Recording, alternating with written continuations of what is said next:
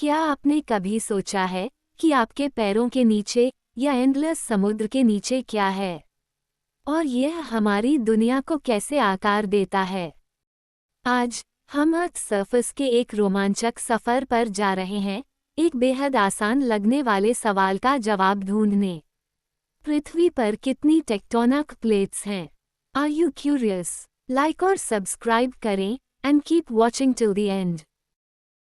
जब आप चारों ओर देखते हैं तो पृथ्वी सॉलिड, अनमूविंग, परमानेंट लगती है। लेकिन यह एक भ्रम है। आपके पैरों के नीचे चट्टानों के विशाल टुकड़े, जिन्हें टेक्टोनिक प्लेट्स भी कहा जाता है, लगातार शिफ्ट हो रहे हैं, टकरा रहे हैं, खींच रहे हैं और एक दूसरे से घिस रहे हैं। ये हर जियोलॉजिकल फीचर को आकार देती है। ज्वालामुखी कुछ जगहों पर क्यों फटते हैं, लेकिन कुछ जगहों पर नहीं? महाद्वीप कभी जुड़े क्यों थे और फिर से अलग हो जाएंगे? हिमालयस अभी भी क्यों बढ़ रहा है और अटलांटिक ओशन अभी भी चौड़ा क्यों हो रहा है? इन सब के पीछे का कारण क्या है? प्लेट टेक्टोनिक्स नामक एक पावरफुल थियरी 20वीं सदी की सबसे बड़ी साइंटिफिक ब्रेकथ्रूज में से एक, और यह समझने की कुंजी कि हमारा ग्रह कैसे काम करता है। तो प्लेट टेक्टोनिक्स आखिर है क्या? प्लेट टेक्टोनिक्स थियरी के अनुसार पृथ्वी का सबसे ऊपरी मैंटल और उसके ऊपर की क्रस्ट एक मजबूत आउटर शेल की तरह है। इसे लिथोस्फीयर कहते हैं। लेकिन एक दिलचस्प बात यह है, लिथोस्फीयर एक ठोस टुकड़ा नहीं है। यह एक विशाल टूटे हुए अंडे के छिलके की तरह टुकड़ों में बटा हुआ है, जिन्हें टेक्टोनिक प्लेट्स कहते हैं। लिथोस्फीयर के नीचे आपको एस्थेनोस्फीयर मिलेगा, अपर मैंटल से 100 से 200 किलोमीटर गहरा एक वीक डक्टाइल क्षेत्र, जहां हाई टेम्परेचर और प्रेशर चट्टानों को मेल्टिंग पॉइंट के करीब लाते हैं। यहाँ रॉक्स फ्लो करते हैं, जिससे ऊपर की कठोर प्लेट्स स्वतंत्र रूप से मूव कर पाती हैं। यही कारण है कि पृथ्वी का शेल शिफ्ट होता है, स्लिप सकता है और यहाँ तक कि टूट भी सकता है, क्योंकि यह नीचे की फ्लोइंग एस्थेनोस्फीयर से अटैच नहीं है। टेक्टोनिक प्लेट्स सभी एक जैसी नहीं होती, उन पर दो प्रकार की क्रस्ट होती हैं। ओशियानिक क्रस्ट पतली होती है, केवल 7 से 10 किलोमीटर, ये डेंस होती है और अधिकांशतः बेसॉल्ट से बनी होती है। जबकि कॉन्टिनेंटल क्रस्ट बहुत मोटी होती है, लगभग 25 से 80 किलोमीटर। ये हल्की होती है और अधिकांशतः ग्रेनाइट से बनी होती है। अधिकांश प्लेट्स में दोनों तरह की क्रस्ट होती हैं। यही कारण है कि कॉन्टिनेंट्स और ओशियानिक क्रस्ट एक साथ मूव करते हैं। तो जब हम पूछते हैं कि कितनी टेक्टोनिक प्लेट्स हैं, तो ग्लोबली 7 मेजर प्लेट्स है और ये साथ मिलकर अर्थ सरफेस का लगभग 94% हिस्सा बनाती हैं। आइए पृथ्वी की 7 मेजर टेक्टोनिक प्लेट्स के बारे में जानें। हम अपनी यात्रा पैसिफिक ओशन के एंडलेस नीले सागर में शुरू करेंगे, जहां पैसिफिक प्लेट सर्वोच्च है। यह विशाल प्लेट पृथ्वी की सतह के लगभग 5वें हिस्से को ढकती है। कल्पना कीजिए कि एक प्लेट इतनी विशाल है कि लगभग पूरे पैसिफिक ओशन का हिस्सा है। इसके आउटर बाउंड्री में फेमस रिंग ऑफ फायर है, जो धधकते ज्वालामुखियों और भूकंपों का एक घेरा है, जो नीचे की रेस्टलेस एनर्जी को दिखाती है। पैसिफिक प्लेट दुनिया की सबसे तेज गति वाली प्लेट है, जो लगभग 10 सेंटीमीटर प्रति वर्ष की स्पीड से शिफ्ट हो रही है। ईस्ट की ओर बढ़ें और आप नॉर्थ अमेरिकन टेक्टोनिक प्लेट पर पहुंच जाएंगे। ये सिर्फ अमेरिका कनाडा की फाउंडेशन नहीं है, इसमें अटलांटिक ओशन और ग्रीनलैंड भी शामिल है, और यहाँ तक कि फा ऑफ साइबेरिया का भी हिस्सा है।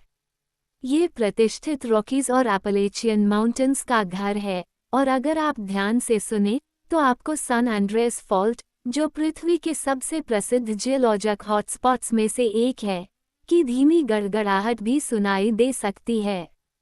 साउथ की ओर आप खुद को साउथ अमेरिकन प्लेट के ऊपर पाते हैं। इसका वेस्टर्न बाउंड्री साइज्मिक एनर्जी का एक क्षेत्र है, जहां एंडीज माउंटेन्स अदृश्य लेकिन शक्तिशाली टेक्टोनिक फोर्सेस से आकाश की ओर बढ़ते हैं। साउथ अटलांटिक ओशन फ्लो के आधे हिस्से और अपने पैरों के नीचे हरे भरे फैले हुए फॉरेस्ट्स के साथ, ये टेक्टोनिक प्लेट नेचर और साइज्मिक एक्टिविटी दोनों से समृद्ध है। अब अटलांटिक पार करते हुए पूर्व की ओर अफ्रीकन प्लेट की तरफ बढ़ते हैं। यह न केवल अफ्रीका को घेरे हुए है, बल्कि मेडिटेरेनियन और अटलांटिक तक भी फैला हुआ है। ईस्ट अफ्रीकन रिफ्ट सचमुच महाद्वीप को अलग कर रही है, एक ऐसे भविष्य की ओर इशारा करते हैं जहां अफ्रीका दो हिस्सों में बंट सकता है। किलिमंजारो जैसे प्रसिद्ध ज्वालामुखी इस प्लेट के ऊपर निरंतर परिवर्तन की कहानियां सुनाते हैं। इसके बाद यूरेशियन प्लेट एक सच्चा विशालकाय जो यूरोप और अधिकांश एशिया में फैला हुआ है। विशाल मैदानों, अशांत मेडिटेरेनियन बेसिन और हिमालयस के टकराव। यहाँ यूरेशियन और इंडियन प्लेट्स हर पल टकराती हैं, पृथ्वी की सबसे ऊंची चोटियों का निर्माण और उत्थान करती हैं। दक्षिण पूर्व की ओर आप ऑस्ट्रेलियन इंडियन प्लेट पर पहुंचेंगे। कभी अलग समझे जाने वाले ये दोनों अब लगभग एक साथ मूव करती हैं, न केवल कॉन्टिनेंट्स को बल्कि समुद्र तल के विशाल विस्तार को भी अपने साथ समेटे हुए। इस प्लेट का उत्तर की ओर मूवमेंट हिमालय के टकराव के लिए जिम्मेदार है और इसकी यात्रा एशिया के नीचे गड़गड़ाहट करती रहती है। अंत में हम दक्षिण की ओर अंटार्कटिक प्लेट के बर्फीले विस्तार की यात्रा करते हैं। ये जमी हुई विशालकाय प्लेट धीमी लेकिन शक्तिशाली है, धीरे धीरे बढ़ रही है और चलते चलते नए ओशन फ्लो का निर्माण कर रही है। अंटार्कटिक प्लेट, जो ज्यादातर बर्फ और समुद्र के नीचे छिपी रहती है, चुपचाप ग्लोबल ओशन करंट्स को प्रभावित करती है और इस तरह ग्रह की जलवायु को भी। हर प्लेट की कहानी में मूविंग कॉन्टिनेंट्स, खूबसूरत पर्वत श्रृंखलाएं, गहरे समुद्र की खाइयां और कभी-कभी विनाशकारी जियोलॉजिकल इवेंट्स शामिल हैं। लेकिन हमारी दुनिया सिर्फ इन 7 दिग्गजों से नहीं बनी है। देखते रहिए, क्योंकि हम इंटरमीडिएट और माइक्रो प्लेट्स की दुनिया में और भी आगे बढ़ते हैं, जहां मूवमेंट और भी कॉम्प्लेक्स हो जाती हैं।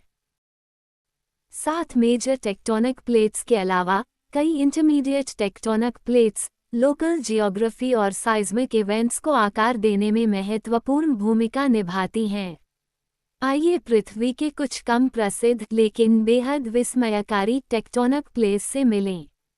कल्पना कीजिए कि समाली प्लेट अफ्रीका से धीमी गति से निकल रही है, विशाल ग्रेट रिफ्ट वैली को खोल रही है और दूर भविष्य में शायद एक बिल्कुल नए महासागर को जन्म दे रही है। ठीक नॉर्थ ईस्ट में अरेबियन प्लेट अपनी ताकत दिखा रही है, जग्रोज माउंटेन्स को ऊपर धकेल रही है और रेड सी को खोल रही है। वेस्ट की ओर बढ़ते हुए टर्की के नीचे एनाटोलियन प्लेट धीरे धीरे खिसकते हुए बार बार और भयंकर भूकंप लाती है, जबकि नॉर्थ ईस्ट में अमूरियन प्लेट अपनी भूकंपीय गतिविधियों के साथ ईस्टर्न रशिया और नॉर्थ ईस्टर्न चाइना में हलचल बनाए रखती है। ओखोस्क प्लेट और भी ईस्ट में स्थित है, जो जापान और कुरिल आइलैंड ग्रुप को अर्थक्वेक और वॉल्केनिक एक्टिविटीज का एक केंद्र बनाती है। साउथ ईस्टर्न एशिया में बर्मा या Myanmar plate local tectonic activities और अर्थक्वेक हैजर्ड के पीछे एक प्रमुख कारक है, और इसके ठीक बगल में संडा प्लेट इंडोनेशिया के फेमस एक्सप्लोसिव वॉल्केनोज के पीछे की शक्ति है। पूर्व की ओर फिलीपीन सी प्लेट फिलीपीन और आसपास के पैसिफिक रीजन्स में वॉल्केनोज और अर्थक्वेक से हलचल मचाती है। अब पैसिफिक ओशन को पार करते हुए हम अमेरिका पहुंचते हैं। साउथ अमेरिका के वेस्टर्न कोस्ट पर Nazca plate Andes mountain range का निर्माण करती है और शक्तिशाली भूकंपों को जन्म देती है। दक्षिण में स्कोशा प्लेट साउथ अमेरिका और अंटार्कटिका के बीच दबी हुई है, जिससे दुर्लभ ओशियानिक वॉल्केनोज और अनोखी द्वीप श्रृंखलाओं का निर्माण होता है। पैसिफिक ओशन के किनारे ऑथ की ओर बढ़ते हुए कोकोस प्लेट भूकंपीय गतिविधियों से सेंट्रल अमेरिका को सतर्क रखती है, जबकि पैसिफिक ओशन के उत्तर पश्चिम में छोटे आकार का हवान द फ्यूका प्लेट कैस्केड वॉल्केनोज को शक्ति प्रदान करता है। अंत में कैरिबियन प्लेट हमारी यात्रा को पूरा करती है, जो अद्भुत वॉल्केनिक आइलैंड्स और अर्थक्वेक हैज़र्ड वाले एक क्षेत्र का निर्माण करती है। ग्लोबली लगभग 1 दर्जन या उससे अधिक मान्यता प्राप्त इंटरमीडिएट टेक्टोनिक प्लेट्स हैं, लेकिन उनकी सटीक संख्या अलग अलग होती है क्योंकि प्लेट बाउंड्रीज जियोलॉजिकल टाइम के साथ मर्ज, स्प्लिट या शिफ्ट हो सकती हैं, जिससे पृथ्वी के टेक्टोनिक मैप का निरंतर आकार बदलता रहता है। जैसे जैसे हम और आगे बढ़ते हैं, हमें माइक्रोप्लेट्स दिखाई देते हैं, जिनका क्षेत्रफल अक्सर 1 मिलियन स्क्वायर किलोमीटर से भी कम होता है। Microplates mid oceanic ridges, triple junctions या ट्रांसफॉर्म फॉल्ट्स पर बनते हैं। ये गतिशील होते हैं और लाखों वर्षों में बड़ी प्लेटों से अलग होकर मर्ज या लुप्त हो जाते हैं। 2 आकर्षक उदाहरणों में ईस्टर माइक्रोप्लेट शामिल है। ईस्टर आइलैंड के पास ओशियानिक क्रस्ट का एक टुकड़ा, जो पैसिफिक और नाज़का प्लेटों के बीच दबा हुआ है और अपने एक्टिव डिफॉर्मेशन और स्प्रेडिंग के लिए जाना जाता है। और ईस्टर्न पैसिफिक रीजन में गैलापागोस माइक्रोप्लेट, जो एक ट्राई जंक्शन पर स्थित है और ओशन फ्लो के फैलाव और गहरे समुद्र में हाइड्रोथर्मल वेंट्स की खोज के लिए प्रसिद्ध है। माइक्रोप्लेट्स इस बात पर प्रकाश डालते हैं कि कैसे पृथ्वी की सतह एक जीवंत मोज़ेक बनी हुई है, जिसमें प्रमुख टेक्टोनिक प्लेट्स के किनारों पर लगातार नए टुकड़े बनते और आकार लेते रहते हैं। प्लेट टेक्टोनिक थियरी का यह मानना है कि प्लेट्स एक दूसरे के रिलेशन में मूवमेंट करती हैं। जैसे जैसे प्लेट्स मूव करती हैं, विभिन्न प्लेट्स पर स्थित 2 स्थानों, जैसे न्यूयॉर्क सिटी और लंदन, के बीच की दूरी धीरे धीरे बदलती है, जबकि एक ही प्लेट पर स्थित स्थानों, उदाहरण के लिए पेरिस और मैड्रिड के बीच की दूरी अपेक्षाकृत स्थिर रहती है। चूंकि प्लेटें एक दूसरे के रिलेटिव कांस्टेंट मोशन में रहती हैं, इसलिए उनके बीच अधिकांश प्रमुख इंटरैक्शंस और डिफॉर्मेशन उनकी बाउंड्रीज पर होती हैं। प्लेट बाउंड्रीज ये अक्सर भूकंपों या ज्वालामुखियों के समूहों द्वारा दर्शाया जाता है। जहां प्लेट्स मिलती हैं, वहां न्यू सरफेस का बर्थ, रिसाइकल या ब्रेक डाउन होता है। टेक्टोनिक प्लेट्स 3 अलग अलग प्रकार की बाउंड्रीज से घिरी होती हैं, जो उनके द्वारा प्रदर्शित मूवमेंट के प्रकार के आधार पर डिफाइन होती हैं। सबसे पहले डाइवर्जेंट बाउंड्रीज, ये वह स्थान है जहां टेक्टोनिक प्लेट्स एक दूसरे से अलग होती हैं, जिससे मैग्मा के ऊपर उठने और एक बिल्कुल नई क्रस्ट बनती है। यदि आप एक एग्जाम्पल्स चाहते हैं, तो मिड ओशियानिक रिज की कल्पना करें। इसके बाद हमारे पास कन्वर्जेंट बाउंड्रीज हैं। यहाँ प्लेटें टकराव की राह पर हैं। एक प्लेट आमतौर पर दूसरी प्लेट के नीचे धंसती है, जिससे गहरे ट्रेंचेस, वोल्केनिक आर्क्स और यहाँ तक कि एंडीज और हिमालयस जैसे विशाल पर्वतों का उदय होता है। अंत में ट्रांसफॉर्म बाउंड्री होती है। अलग होने या आपस में टकराने के बजाय ये प्लेट्स बस एक दूसरे के साथ साथ घिसती रहती हैं। सबसे प्रसिद्ध उदाहरण कैलिफोर्निया का सन एंड्रेस फॉल्ट है। डाइवर्जेंट और कन्वर्जेंट बाउंड्रीज सभी बाउंड्रीज का लगभग 40% हिस्सा हैं, जबकि ट्रांसफॉर्म बाउंड्री शेष 20% के लिए जिम्मेदार हैं। और याद रखें, जियोलॉजिकल टाइम के दौरान प्लेट्स मर्ज हो सकती हैं, टूट सकती हैं, शिफ्ट हो सकती हैं या गायब भी हो सकती हैं। पृथ्वी की टेक्टोनिक स्टोरी हमेशा नए सिरे से लिखी जा रही है। तो कुल कितनी टेक्टोनिक प्लेट्स हैं? 7 मेजर प्लेट्स में हैं। कई इंटरमीडिएट प्लेट्स, कई माइक्रो प्लेट्स जो टेक्टोनिकली एक्टिव रीजन्स को और कॉम्प्लेक्स बनाती हैं।